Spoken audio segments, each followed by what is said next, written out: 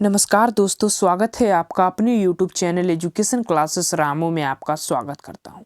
दोस्तों, आज की वीडियो हमारा KBS PRT से रिलेटेड आपको पता होगा कि हम EBS वाला सेशन जो है आपको करा रहे थे। आपको पता होगा कि EBS से 20 नंबर के प्रश्न जो है KBS PRT में देखने को मिलेंगे। तो उसी टॉपिक को हम एक टॉपिक 6 टॉपिक दिए गए हैं। मैं उन सभी टॉपिकों की वीडियो जो है बारी बारी से बना रहा था।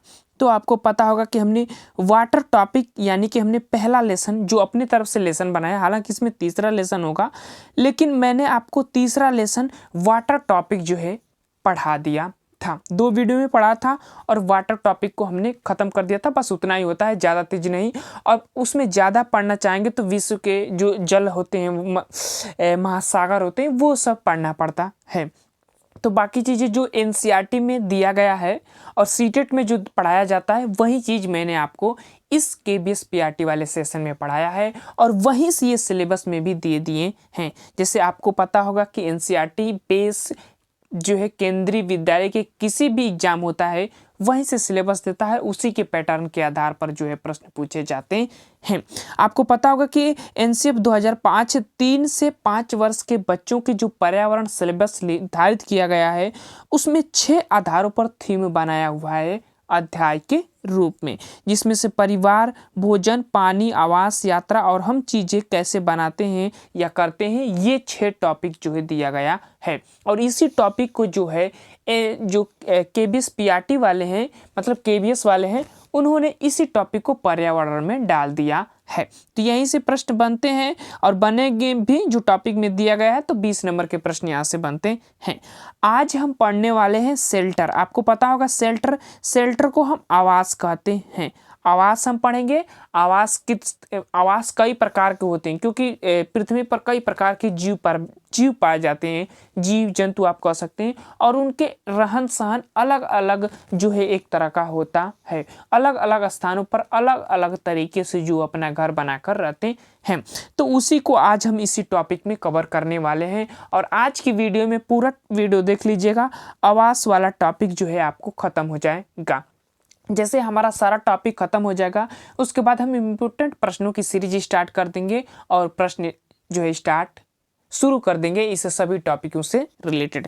तो चलिए दोस्त, हम चलते हैं सीधे अपने आवास वाले टॉपिक पर। और इस वीडियो का हमारा आप समझ सकते हैं दूसरा लेसन होगा। पहला लेसन वाटर और दूसरा लेसन जो है हमारा आवास है।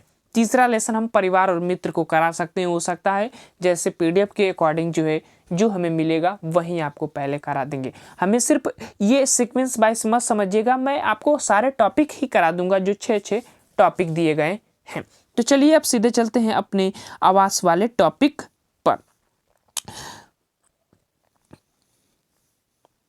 तो ये रहा हमारा जो है आवास, और आवास से रिलेटेड हम पहले इसके परिभाषा को समझते हैं।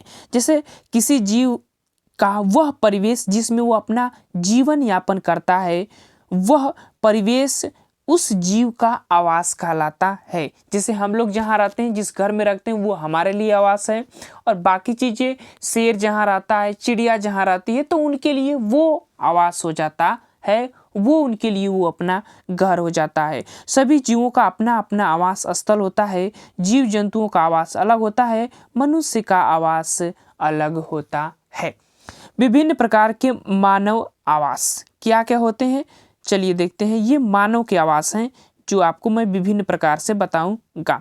फिर उसके बाद हम आवास के टाइप्स भी पढ़ेंगे। जैसे यहाँ पर देखिए ध्यान से, मिट्टी के घर। इन घरों की दीवारें मोटी होती हैं ताकि गर्मी अंदर ना जा सके। इस प्रकार के घर की छतें झाड़ियों या छप्पर की बनी होती है। तो पहले समय में आप आदिवासी सेक्टर में भी देख सकते हैं, ऐसे घर जो है देखने को मिलता है कि जो दीवारें होती थी वो मिट्टी की बनी होती थी और उसके बाद ऊपर से जो है झाड़ियों के छप्पर बनाए जाते थे। तो पहला आवास ये मिट्टी के घर वाले आवास हो जाएंगे। राजस्थान में भी देखने को मिलता है, अपने यूपी साइड में भी पहले देखने को, अब तो उतना नहीं, लेकिन अब भी कहीं कहीं मिट्टी के घर जो है देखने को मिलते हैं। उसके बाद दूसरा है बांस लकड़ी के घर। इस प्रकार के घर उस क्षेत्र में बनाए जाते हैं जहां अत्यधिक वर्षा होती है। अब आपको सोचिएगा कि अत्यधिक वर्षा भारत के किस क्षेत्र में सबसे ज़्यादा होती है। इस प्रकार के घर जमीन से 10 या 12 फीट ऊंचे बांस के मजबूत खंभों पर बनाए जाते हैं। भारत के असम राज्य में बांस के घर देखने को मिलते हैं। तो सीटेट में पूछा जाता है कि असम के घर, असम में जो घर बने होते हैं वो किस पर बने होते हैं स्पेशली, या ऐसे भी पूछ सकते हैं कि बांस पर घर किस राज्य में बने होते हैं, तो असम में। अब यहाँ पर सीटेट से यहाँ से कई बार प्रश्न ये पूछा हुआ है डायरेक्टली, तो आप भी ध्यान रखिएगा, प्रश्न पूछ सकता है जब सीटेट के सिलेबस के अकॉर्डिंग आपका सिलेबस दिया गया है। तो बाकी चीज़ें जब हम प्रैक्टिस सेट कराएंगे तो ऐसे प्रश्न तो आपको देखने को ही मिलेंगे। आगे चलते हैं।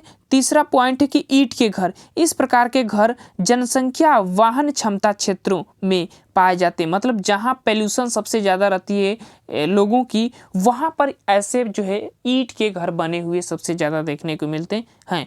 भारत के मैदानी क्षेत्र में जो ऐसे घर ज़्यादातर देखने को मिलते हैं ईंट के बने हुए। आगे चलते हैं। इग्लू। इग्लू काफ़ी फेमस है और ये तो कई बार हर एग्जाम में प्रश्न पूछा हुआ है, तो ध्यान से देखिएगा। इग्लू ये उत्तरी अमेरिका, आपको पता होगा ना, उत्तरी अमेरिका महाद्वीप, उत्तरी अमेरिका के ग्रीनलैंड के आर्कटिक क्षेत्र में टुंड्रा प्रदेश में निवास करने वाली एस्किमो जाति। तो कभी कभी पूछता है कि एस्किमो जाति कैसे घर में रहते हैं, तो इग्लू घर में रहते हैं, इसी को इग्लू कहते हैं। ठीक है, ध्यान रखिएगा। एस्किमो जनजाति के आवास है। एस्किमो लोग हड्डी, खाल, बर्फ के सख्त टुकड़ों को जोड़कर इग्लू नामक गुंबद नुमा मकान बनाते हैं। देखिए एकदम गुंबद नुमा मकान है, जैसे आप कह सकते हैं कि कोई घड़ा, ये आपको दिख रहा होगा, घड़ा का आधा पार्ट जो है ये दिख रहा होगा, इसी को हम गुंबद नुमा घर कहते हैं। अब इसी में जो है गुंबद नुमा मकान बनाते हैं। शीतकाल की कड़ाके के द्वारा ठंड इस मकानों की मजबूती बढ़ाती है। इग्लू के अंदर की तरफ दीवारों एवं फ्लोर पर सील मछली एक होती है भाई, सील मछली की खाल। तो पूछा जाता है कि जो इग्लू घर बने होते हैं उसके अंदर वाला फ्लोर जो होता है, अंदर वाला पार्टिकल्स जो होते हैं, दीवारें होती हैं इग्लू के, उस पर किसकी खालें लगाई जाती हैं, तो सील मछली जो होती है ना उसकी खालें जो है उस पर लगाई जाती है। इससे मकान अंदर में गर्म बने रहते हैं तथा दीवारें वो खाल के मध्य रिक्त स्थान भी छोड़ा जाता है। अब यहाँ पर रिक्त स्थान छोड़ने का कारण, इस रिक्त स्थान में ठंडी हवा की उपस्थिति होती है।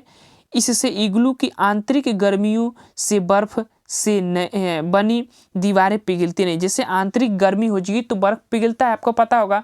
तो जो आंतरिक गर्मी होगी उसकी वजह से जो बर्फ बने हुए हैं इग्लू के वो पिघलेंगे नहीं, क्योंकि वहाँ पर ठंडी हवा उपस्थित रहेगी और वहाँ का वातावरण ठंडा बनाया रहेगा। और जब ठंडा रहेगा तो ठंडे चीज बर्फ में ही हमेशा रहता है। अब वहाँ पर गर्मी लगेगी तो वो पिघलने लगेगा। ऐसी स्थिति में बीच वाले क्षेत्र में गैप रखा जाता है ताकि वहाँ पर ठंडी जो है मेंटेन रहे। और ठंडी मेंटेन रहेगी तो वहाँ पर गर्मी जो है, तापमान जो है अंदर का बाहर नहीं जा सकता, दीवारों पर नहीं टच कर सकता। इससे इग्लू के घर जो है पिघलेंगे नहीं, गलेंगे नहीं, पानी पिघलेगा नहीं। इग्लू में गर्मी व रोशनी बनाए रखने के लिए सील मछली की चर्बी लगाई जाती है। मैंने बताया ना, सील मछली की चर्बी लगाई जाती है गर्मी बनाए रखने के लिए। इग्लू में एक छोटा सा द्वार होता है। इस द्वार का प्रयोग लेटकर अंदर और बाहर जाने के लिए प्रयोग किया जाता है। जैसे ये यहाँ पर देखिए छिद्र जैसा दिख रहा है ना, उसी को द्वार बनाया हुआ है। यहाँ से आप लेटकर उसमें घुस सकते हैं। ज़्यादातर ध्यान रखिएगा, ये बर्फीली एरिया में ऐसे घर देखने को मिलते हैं, स्पेशली ग्रीनलैंड, जो टुंड्रा प्रदेश में लोग रहते हैं वो साइबेरियन क्षेत्र में ऐसे ही घर देखने को मिलते हैं। रूस के साइबेरियन क्षेत्र में ध्यान रखिएगा, जहाँ पर वर्ष भर जो बर्फ पड़ते रहते हैं। बाकी चीज़ें, और एक चीज़ ध्यान रखिएगा, सील मछली की खाल जो है इसके अंदर वाले पार्ट में लगाए जाते हैं ताकि उसमें रोशनी भी मेंटेन रहेगी, गर्मी भी मेंटेन रहेगी और बर्फ भी नहीं पिघलेगा। यानी कि गर्मी जो है वो बर्फ के दीवारों पर टच नहीं होगा। ठीक है ना, तो ये चीज़ है। एस्किमो जनजाति इसमें रहती है। इस घर का नाम होता है इग्लू। बस इतनी बातें इससे ध्यान रखिएगा, आपके एग्जाम के लिए काफ़ी महत्वपूर्ण होगा। आगे चलते हैं और अगला हमारा आवास है वो है टेंट। टेंट यह लोग अस्थायी निवास का घर होता है। अलग अलग क्षेत्र में अलग अलग चीज़ों से बना है। तो एक तरह का अस्थायी निवास होता है। जैसे लोग टूरिस्ट घूमने भी जाते हैं तो वो भी अपना टेंट लगाते हैं, और बंजारे लोग भी आप सुने होंगे कि वो अपना टेंट लगाते हैं। मवेशी लोग भी अपना टेंट लगाते हैं, अपने चरवाहों को इधर उधर लेकर जाते थे तो टेंट लगाते थे। तो ऐसे आप जब सीटेड पढ़े होंगे तो उसमें पढ़े होंगे। तो टेंट आप समझ ही सकते हैं कि एक अस्थायी निवास होता है, ये जहाँ चाहो वहाँ लगा सकते हैं। उसके बाद हाउस बोट, काफ़ी इंपॉर्टेंट चीज हाउस बोट। देखिए यह लकड़ी के बना घर होता है जो पानी के ऊपर तैरता रहता है। इनकी छतों पर सुंदर नक्काशी की गई होती है। इस प्रकार के घर पर्यटकों को काफ़ी आकर्षित करते हैं। ये घर कश्मीर, केरल के देखने को मिलती हैं। तो ऐसे घर जो है, जैसे कश्मीर में काफ़ी सारे झीलें हैं तो उन झीलों में ये देखने को मिलती हैं। उसके बाद केरल में भी वेम्बानंद झील है जो सबसे लंबी झील है, उसमें ऐसे घर जो है देखने को मिलते हैं केरल साइड में। तो दो चीज़, एक तो भारत के उत्तर में कश्मीर में और एक भारत के दक्षिण में केरल वाले क्षेत्र में ऐसे घर देखने को मिलते हैं जो कि पानी पर तैरता हुआ है, उसको हम हाउस बोट कहते हैं। उसके बाद अगला है हमारा पिग्वी जनजाति के निवास। ये भी ध्यान रखिएगा, पिग्वी जनजाति काफ़ी इंपॉर्टेंट है आप लोगों के लिए।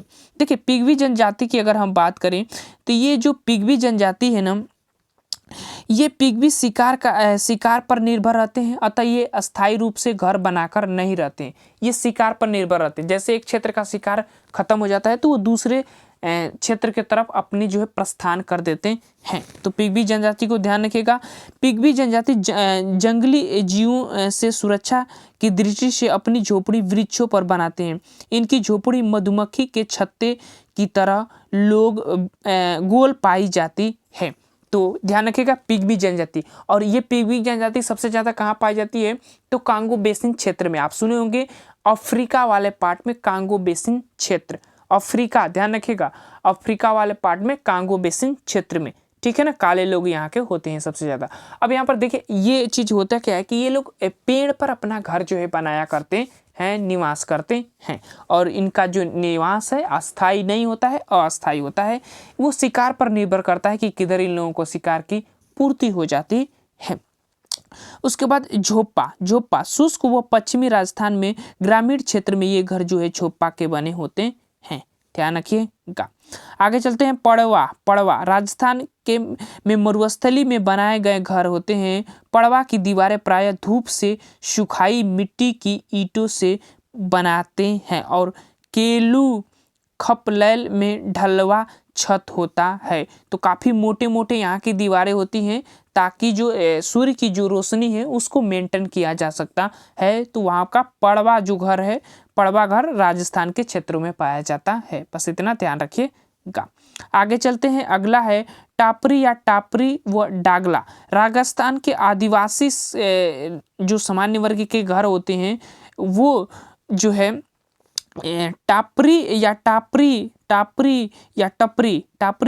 या डागला ऐसे घरों में निवास करते हैं। तो ध्यान रखिएगा आदिवासी लोग जो हैं ऐसे घरों में निवास करते हैं राजस्थान के। उसके बाद भाखर का ढांचा जो है ये राजस्थान के गिरागिर जनजाति के घर जो होते हैं वो जो है निवास करते हैं, भाखर का ढांचा। अब देखिए यहाँ पर मैं चित्र के माध्यम नहीं दिया गया है, नहीं तो अच्छा से समझाते हैं भाखर का ढांचा। बस इतना ध्यान रखिएगा कि भाखर का ढांचा जो है राजस्थान के गिरासिया जनजाति जो है इस पर निवास करती है, भाखर के ढांचा। उसके बाद मुनसा जो घर होता है वो उत्तराखंड के भेड़िया जनजाति के लोग होते हैं, वो शीतकालीन आवास के लिए जो है बनाते हैं मुनसा घर। जब उत्तराखंड में ज़्यादा ठंडी आ जाती है ठंडी के मौसम में, तो वहाँ पर भी थोड़ा ऐसे क्षेत्र है जहाँ पर बमबारी होने लगती है, तो वैसे वहाँ के जो भेड़िया जनजाति के लोग होते हैं, जो भेड़िया चराने वाले होते हैं, वो मुनसा टाइप्स के घर बनाते हैं जिसको हम मुनसा कहते हैं। वैसे घर में जो ये निवास करने वाले होते हैं। और मैत उत्तराखंड के भेड़िया जनजाति के ग्रीष्मकालिक आवास होते हैं। तो ये गर्मियों में बने होते हैं मैत, और मुनसा जो है ठंडियों में बने होते हैं घर। ये उत्तराखंड में जो है भोटिया जनजाति के लोग हैं ये बनाते हैं। उसके बाद टयूपिक एस्किमो लोगों के चमड़े के बने तंबू जो उनके ग्रीष्मकालीन आवास होते हैं, ये घर कैरिबो एवं ध्रुवी भालू की खाल के बने होते हैं। तो जैसे हमारी गर्मी स्टार्ट हो जाती है, मतलब हम क्षेत्र में जब से ज़्यादा गर्मी पड़ेगी तो वहाँ के क्षेत्र कभी शुरू होता है तो वहाँ पर डायरेक्टली गर्मी वाले सीजन आते हैं, कुछ आते हैं। तो उस टाइम में ये क्या करते हैं, जो इस्किमो लोग होते हैं, इस्किमो जनजाति के जो लोग होते हैं, वो जो है ट्यूपिक नामक अपना मतलब ट्यूपिक प्रकार का एक टाइप्स का घर बनाते हैं, जिसको हम ट्यूपिक कहते हैं। नाम से ध्यान रखिएगा, ट्यूपिक।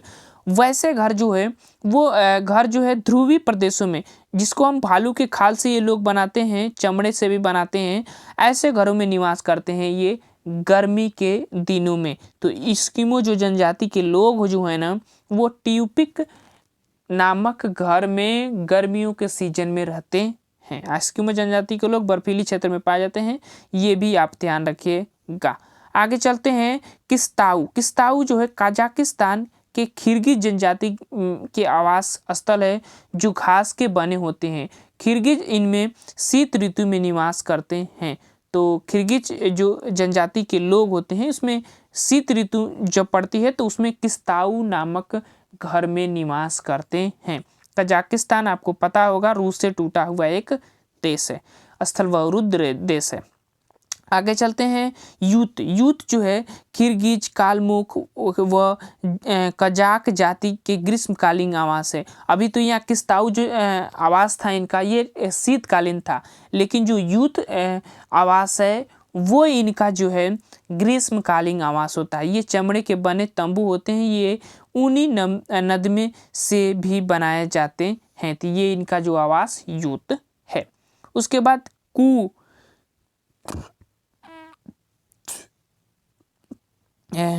आगे चलते हैं और आगे है हमारा कू, जो कि भील जनजाति के आवास जो आयताकार होते हैं। इनकी दीवारें बांस या पत्थर की बनी होती हैं, फर्श मिट्टी या पत्थर की तथा छत खपरैल या घास फूस वाले होते हैं। जैसे ये मिट्टी के इनके डिजाइनिंग घर बने होते हैं, जैसे ऐसे वाले संरचना, ऐसे नहीं देखे होंगे आप घर। तो ये जो घर है कू जनजाति, जो कि भील जनजाति जो इसमें निवास करती है। आयताकार घर होता है। आयताकार का मतलब कि इनका राउंड ऐसे घर नहीं होगा, ध्यान रखिएगा। इनका घर अगर ऐसे है तो अंगना ऐसे होगा आयताकार। फिर उसके बाद कोनिया हमेशा इनकी में रहता है, तो ध्यान रखिएगा, उसी को आयताकार घर कहते हैं। कू जो है घर, उसको कहते हैं कू आवास भील जनजाति का होता है, जिस पर बांस के छप्पर भी बने होते हैं। दीवारों पर मिट्टी के दीवार होते हैं, उस पर बांस के छप्पर बने होते हैं, ध्यान रखिएगा।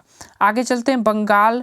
बंगाल में ओराक व कातोम ओराक, ये संथाल जनजाति के गृह आवास होता है। तो ये भी ध्यान रखिएगा, बंगाल के ओराक और कातोम ओराक ये संथाल जनजाति के निवास स्थल हो जाते हैं। उसके बाद क्राल। क्राल जो है दक्षिण अफ्रीका में वनटू और नाटाल में जुलू जनजाति के तथा पूर्वी अफ्रीका में मसाई, जैसे कि केनिया, तंजानिया, युगांडा वाले क्षेत्र जो होते हैं ना, उस क्षेत्रों में ये सब जो है जनजातियां निवास करती है, मसाई। तो उन जनजातियों के लोगों जो है द्वारा बनाई गई घर की एक झोपड़ी होती है, उसको हम क्राल कहते हैं। उस छप्पर के ये भी बनाते हैं झोपड़ी के रूप में, ठीक है ना। जुलू और मसाई केनिया तंजानिया वाले क्षेत्र, याद रखिएगा, अपने हिंद महासागर वाला जो क्षेत्र होता है, उनका एक सटीक एरिया होता है, वहाँ का जो ये देश पाए जाते हैं, उस देशों में, जैसे हम केनिया तंजानिया का नाम ले रहे हैं, वो देश पाए जाते हैं, वहाँ पर जुलू मसाई जैसे जनजातियाँ निवास करती हैं। तो वो क्राल नामक आवास में निवास करती है, झोपड़ी के बने होते हैं। उसके बाद तिपी। तिपी राकी पर्वत के पूर्वी भागों में रेड इंडियन लोग द्वारा विशन वैल के चमड़े से व लंबे बांसों से बनाए गए शक्वाकार तंबू, ये एक पोर्टल की तरह का पोर्टल होता है इनका, मतलब एक शक्वाकार तंबू के रूप में रहता है, जिसको तिपी कहते हैं। वहाँ पर ये रेड जनजाति या रेड इंडियन लोग जो होते हैं वो निवास करते हैं राकी पर्वत पर। ये याद रखिएगा, इनको रेड जनजाति भी कहा जाता है।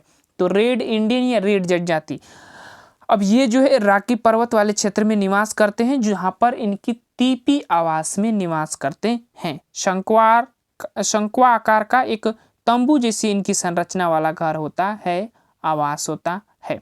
अब आगे है अर्स। अर्स भारत में नीलगिरी की पहाड़ी में निवास करने वाली आदिम जनजाति के लंबे बड़े ढोल की आकृति के घर होते हैं, जिसको हम अर्स कहते हैं। तो ध्यान रखिएगा, आदिम जनजाति भारत के नीलगिरी पहाड़ी जो कि भारत के दक्षिण में पाई जाती है, वहाँ के लोग जिसमें रहते हैं उसको हम अर्स कहते हैं। खाई मास अरब एवं सहारा के बदू जाति के जो लोग होते हैं वो तंबू में जो जिस निवास करते हैं उसको हम खाई मास के नाम से जाना जाता है। तो ध्यान रखिएगा, खाई मास।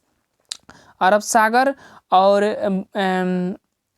अरब व सागर वाले क्षेत्र जो होते हैं, मतलब स्पेशली पश्चिमी वाले क्षेत्र में जो देश आते हैं वहाँ पर हमारा जो बदू जनजाति निवास करती है वो जो है इस खाई मास आवास में निवास करती है। आगे चलते हैं जीव जंतुओं के आवास। देखिए, जीव जंतुओं के आवास प्राकृतिक पर निर्भर करते हैं, ध्यान रखिएगा। कुछ जीव जंतु व पक्षी अपना आवास पेड़ों पर या झाड़ियों में बनाते हैं, तो कुछ जीव जमीन में बिल बनाकर बाह्य वातावरण से अपना बचाव करते हैं। कई बड़े जंगली पशु जानवरों एवं पर्वतों पर बनी प्राकृतिक गुफाओं या माद में रहते हैं। तो जीव जंतु के भी अपने अपने अलग अलग आवास होते हैं, वो पर्यावरण के अनुसार अपने आवास पर मतलब उसमें निर्भर करते हैं, उसमें निवास करते हैं। बाकी चीज़ें आवास के प्रकार। स्थलीय आवास पहला है हमारा, उसमें हम वह स्थल पर रहने वाले सभी जीवधारी आवासी जो होते हैं उसको हम स्थलीय आवास कहते हैं। ये भी कई प्रकार का होता है। स्थल पर जैसे वन भी पाए जाते हैं तो वनी आवास किसी का हो जाएगा। उसके बाद हम घास फूस पर जो घर बनाकर रहते हैं, घास फूस वाले, वो घास फूस वाले आवास हो जाएंगे। मरुस्थल में कुछ लोग रहते हैं, पहाड़ी वाले क्षेत्रों में कुछ लोग रहते हैं, ध्रुवीय प्रदेशों में भी लोग रहते हैं, तो उनका अलग अलग निवास होता है। वनी आवास में अगर हम बात करें तो वनी आवास में जंतु, इन पेड़ पौधे दोनों पाए जाते हैं जो एक दूसरे पर आश्रित होते हैं। सभी प्रकार के जंगली जानवर और वनस्पति इसी प्रकार के आवास में रहते हैं, ठीक है ना। जैसे सियार, भेड़, हाथियाँ, ये सब एक वनी आवास के अंतर्गत आ जाते हैं। घास भूसी, यहाँ लंबी और मोटी घास अधिक मात्रा में उगती है। यहाँ से मुख्यतः जानवरों के जिराफ, सिराफ, हाथी, ये सब जो है घास वाले क्षेत्रों में पाते जाते हैं। लेकिन वनी आवास में वो चीज़ पाए जाएंगे जैसे जंगली सांप हो गया, ये चीज़ मैंने ये वाला उसमें बता दिया। बाकी चीज़ें घास चरने वाले, बाकी चीज़ें दोनों एक ही हो जाएंगे, क्योंकि वन में भी घास पाया जाता है और एक तरह का जंगली चीज़ है, ये तो दोनों चीज़ अलग में नहीं देना चाहिए था इन लोगों को। चलिए, सवाना, प्रेरी, डाउन्स, स्टेपिस, मुडोस, लाओस, पंपाज, ग्रांस, ये एक प्रकार की घास की प्रजातियां हैं, ठीक है ना, घास की प्रजातियां। आगे चलते हैं और अब ये देखिए, सवाना घास का मैदान वेनेजुएला देश में पाया जाएगा। प्रेरी घास के मैदान अमेरिका में पाया जाएगा। डाउन्स घास के मैदान ऑस्ट्रेलिया में पाया जाएगा। और स्टेपिच अपने यूरोप और एशिया के बॉर्डर पर पाया जाएगा। तो लानोस या लानो जैसे सब ये पंपास या पंपाज ये अफ्रीका, दक्षिण अमेरिकी देशों में पाए जाते हैं। तो ये घास के मैदान है। बाकी चीज़ें आगे चलते हैं। आगे हमारा है मरुस्थलीय आवास। मरुस्थल में कैसे आवास है उसको समझते हैं। देखिए, मरुस्थलीय क्षेत्र में बहुत वर्षा कम होती है और तापमान बहुत अधिक होता है। यहाँ पाए जाने वाले जंतुओं में ऊँट, सांप, कंगारू, चूहे आदि तथा वनस्पति में कांटेदार व मोटी पत्ती वाले पेड़ पौधे होते हैं जो पानी की मात्रा बहुत कम लेते हैं। वो वाले जो जीव होते हैं ऐसे क्षेत्रों में निवास करते हैं। हालांकि ऊँट के पास तो एक खुद का उसका घड़ा होता है जिसमें वो पानी इकट्ठा कर लेता है और वो एक हफ्ते भी पानी बिना रह सकता है। तो ये मरुस्थलीय आवास हो जाते हैं। और ऊँट को आपको पता होगा कि रेगिस्तान का जहाज कहा जाता है। क्यों? क्योंकि उनके पैर जो होते हैं ना गद्देदार होते हैं और जैसे वो बालू पर पड़ते हैं तो वो उसका क्षेत्रफल बढ़ जाता है।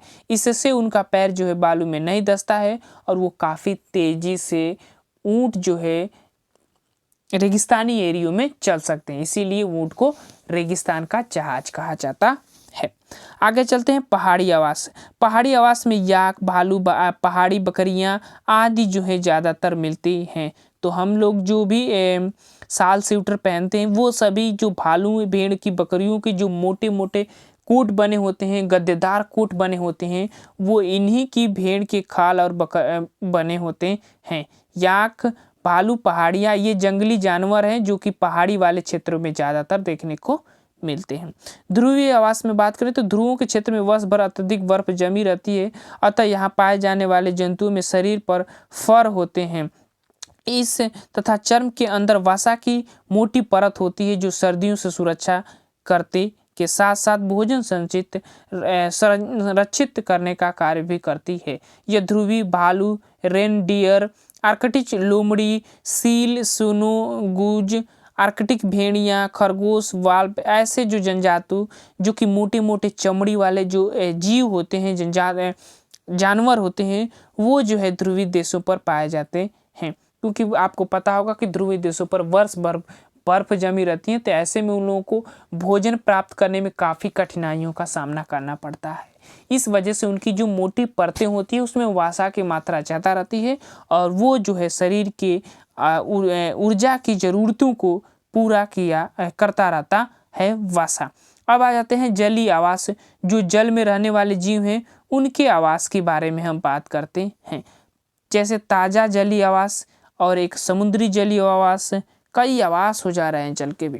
देखिए ताज़ा जलीय आवास की अगर हम बात करें तो नदियों, झीलों, तालाबों, झरने आदि की जो पानियाँ होती हैं उनको ताज़ा जलीय आवास कहते हैं। इसमें मछलियाँ, केकड़े, मच्छर, मगरमच्छ, टेडपोल, मेढक, कीट, बिच्छ, सर्प, ड्रेन और फ्लाई आदि जंतुएं पाए जाते हैं। समुद्री आवास की बात करें तो समुद्र में मछली, whale, dogfish, starfish, jellyfish, octopus, shark मछली, व्हेल मछली, समुद्री घोड़ा, समुद्री ड्रैगन, समुद्री कछुआ, मगरमच्छ, समुद्री सांप आदि जो है ये समुद्री आवास के अंतर्गत आ जाते हैं।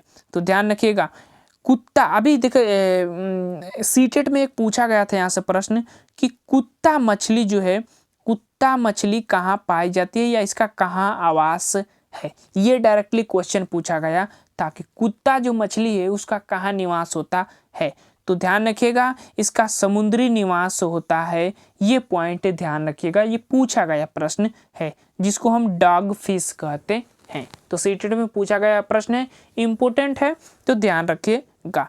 तटवर्ती आवास की अगर हम बात करते हैं, इन क्षेत्रों में समुद्री जल या नदियां द्वारा लाए गए ताज़ा जल का मिश्रण मिलता है या मैंग्रोव वन की वनस्पतियां की बहुलता इस क्षेत्रों में काफ़ी देखने को मिलती है। तो तटवर्ती आवास जहां पर काफ़ी आंधियां, तूफान, वर्षाएं आने की संभावनाएं होती हैं उसी को तटवर्ती या मैंग्रोव वन वाले क्षेत्र कहे जाते हैं। जैसे भारत के जो पूर्वी साइड वाले क्षेत्र हैं, पश्चिमी साइड के समुद्री वाले क्षेत्र हैं, वहाँ पर ये मैंग्रोव वन की प्रजातियाँ देखी जाती है, उसी को तटवर्ती आवास कहते हैं।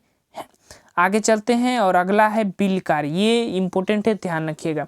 पहला है बिल। बिल में अगर हम बात करें तो बिल में कौन कौन से जीव रहते हैं। कुछ जंतु धरती में बिल बनाकर रहते हैं जैसे चूहा, सांप, खरगोश, चींटी, तो ये बिलकारी जीव में आ जाएंगे। घोंसला में कौन कौन रहता है।